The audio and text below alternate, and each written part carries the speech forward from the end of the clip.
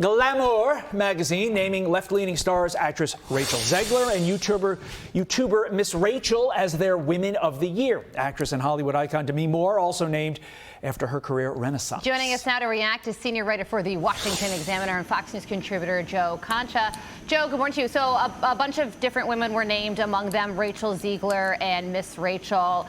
Those choices obviously are political for their pro-Palestinian views, and in particular, Rachel Zegler, I mean, getting this award after being in Snow White, which was an epic failure at the box office. What do you think about that?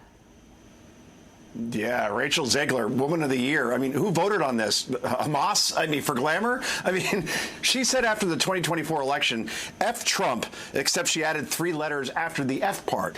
She embarrassed her co-star Gal Gadot with her Free Palestine tweets while she was promoting the movie. Gadot obviously is Israeli, served in the military there. That couldn't have been fun to be on that set. And to your point, Carly, directly responsible for the biggest movie flop you can make the argument of this century after accusing, for example, her boyfriend in Snow White, the prince, of being a stage 5 stalker, while saying Snow White had to be more politically correct, which not good at all. So that's where we are at this point. And even some WNBA players as well were named Women of the Year, but Caitlin Clark wasn't included in that group. Go figure. Yeah, I have a rhetorical question on all this. Look, I understand the concept of coming up with controversy to drive clicks, drive readers, but are these really our nation's Women of the Year? I mean, it's sort of a rhetorical question. I can think of a bunch of other people, like, I don't know, maybe throw Erica Kirk a bone after what she went through and how she has sort of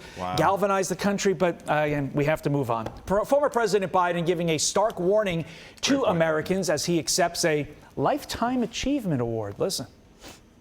In my over 50 years in elected public life, this is the worst I've seen it. Because truth be told, our very democracy is at stake in my view. Friends, I can't sugarcoat any of this. These are dark days. The energy difference between the two presidents, Biden right there and Trump throughout the course of our hour, notwithstanding, Joe, your final thoughts on what he just said there.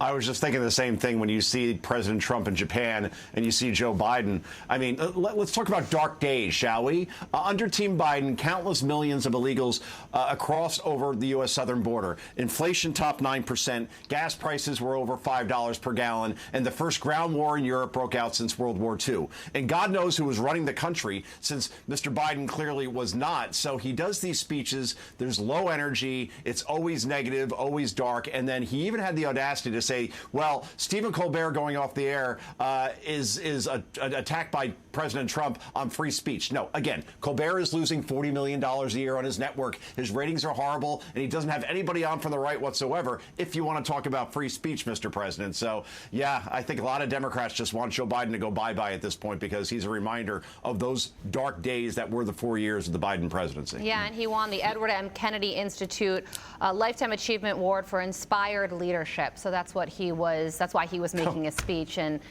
when he talked about the dark days that America is in right now. Joe, we have to leave it there, but you are an award-winning guest, as always. Thank you so much for joining us. I'm Steve Doocy. I'm Brian Kilmeade. And I'm Ainsley Earhart. And click here to subscribe to the Fox News YouTube page to catch our hottest interviews and most compelling analysis.